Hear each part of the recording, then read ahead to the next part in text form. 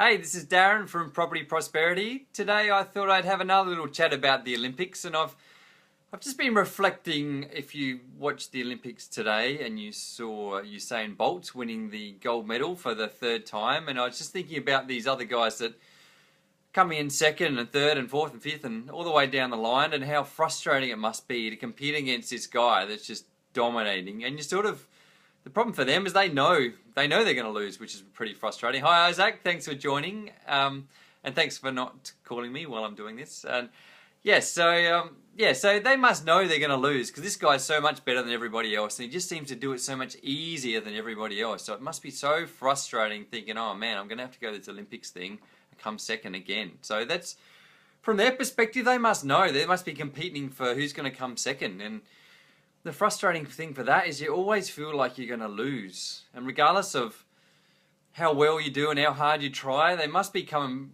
from the standpoint as, hey, I'm going to lose anyway. Let's hopefully I'm the best of the losers. They talk about second's the first loser and all that sort of stuff. And I thought about it thinking, does that apply to the world of property? Are there winners? Are there losers? And does there have to be losers? At the end of the day, with the whole Olympics, it only works because there are losers.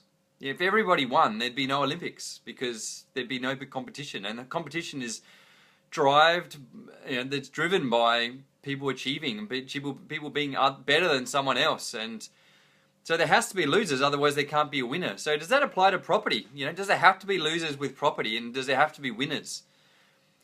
So looking back on it, obviously this is meant to be things that the Olympics has taught me about property, but I don't think it actually has. I don't think in the world of property, I think there can be winners. And I think people have the perception, particularly in the world of, if they're looking at property developers or people that, property moguls that are going out and buying all these properties, they make the assumption that they're out there trying to take advantage of other people.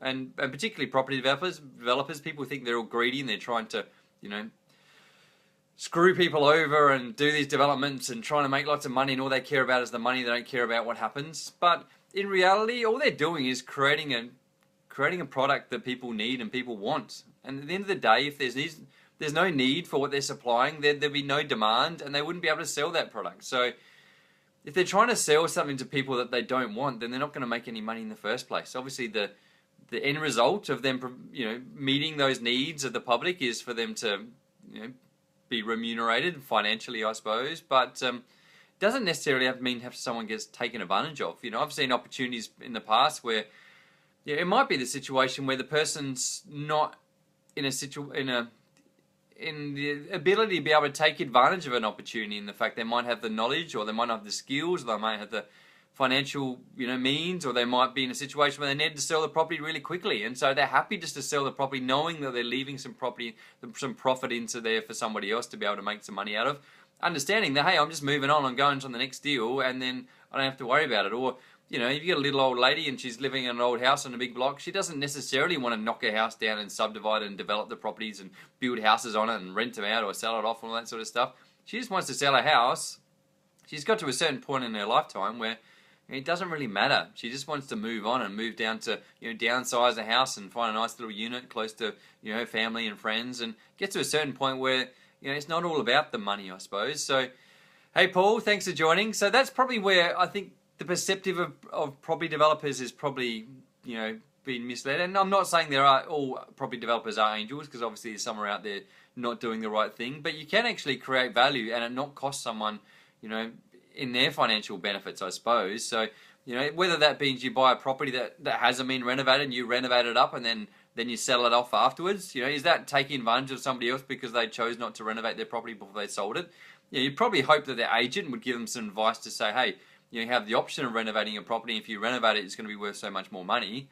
And then they might make a conscious decision on whether they want to do it or not. As long as they've been fully informed, I think that's the most important thing. If they've been fully informed and they make a decision with all the information, and then they decide not to go ahead, then that's their choice. It's when they don't have all the information at hand, and then they've had to make a decision without all the information, and then they look back thinking, oh man, if I'd have only known that, I would have done something different. So that's why I don't necessarily think it applies in the world of property, because if you've got the information, you can become informed, you can make the decision, and if you make an informed decision and you choose not to take advantage of the opportunity as far as developing a property or renovating, or even even with just selling your property, if you're going to sell it, you want to make sure you market it as well as you possibly can. It's amazing how often I see properties have terrible photos and have terrible story. They don't have a video when they're marketing the property. You go to the open inspections, the agent has put very little effort. The owners put hardly effort in to try and present the property as well as they possibly can.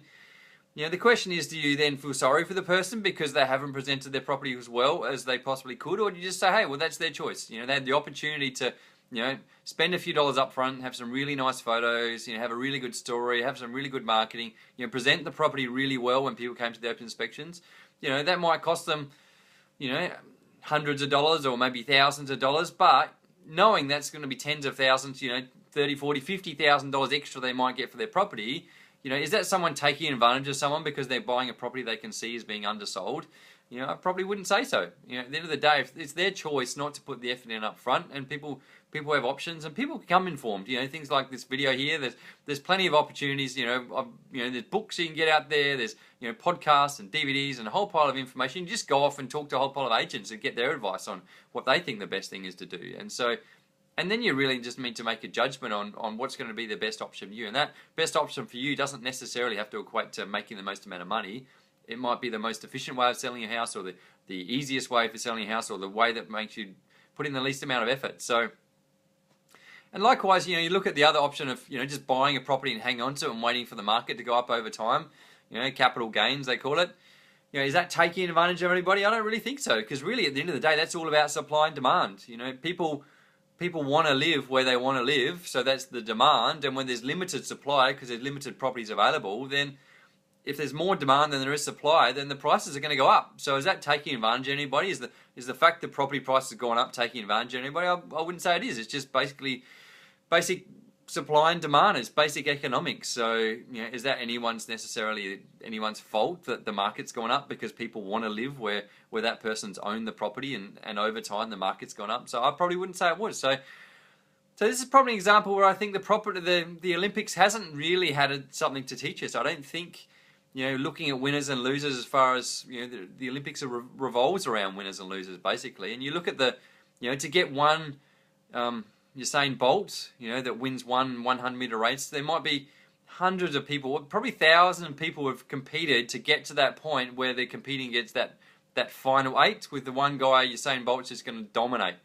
So that's thousands of losers for one winner. Whereas in the world of property, no one technically has to lose. Everybody can, as long as everyone's informed and they make decisions with all the information at hand, then no one's being taken advantage of. So I suppose the most important thing is to make sure people have access to all the information, so people can make an educated and informed decision, and then people make their choice, and so no one's being taken advantage of them. So hopefully that's made sense to you. If you know someone's thinking about developing or selling or renting, and the other thing too, sometimes I talk to people about developing properties or selling properties off, and I explain to them ways that they can sell their property for tens of, even $100,000 more than it otherwise may be worth if they just sell it as is.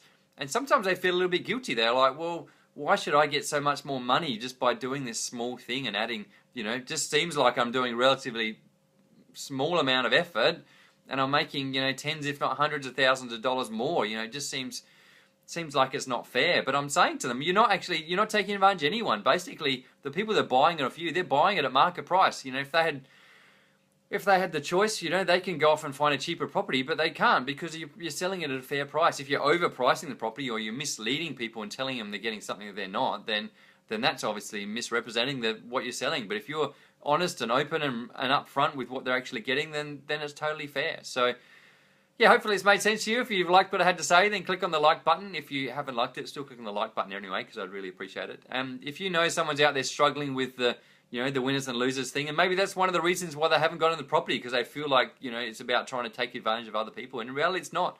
It's about trying to create value. And if you're creating value, you're not taking advantage of anybody because you're giving them something that's valuable and they're paying you for it. So there's nothing bad about it at all. So click on the share button if you think someone would find that interesting. And if you've got something you've noticed about the Olympics you find might be interesting in the world related to the world of property, then put a comment in the comments box. Or if this has touched a nerve with you, then put a comment in there. I'd really appreciate your feedback, and I look forward to talking to you again next time. Bye.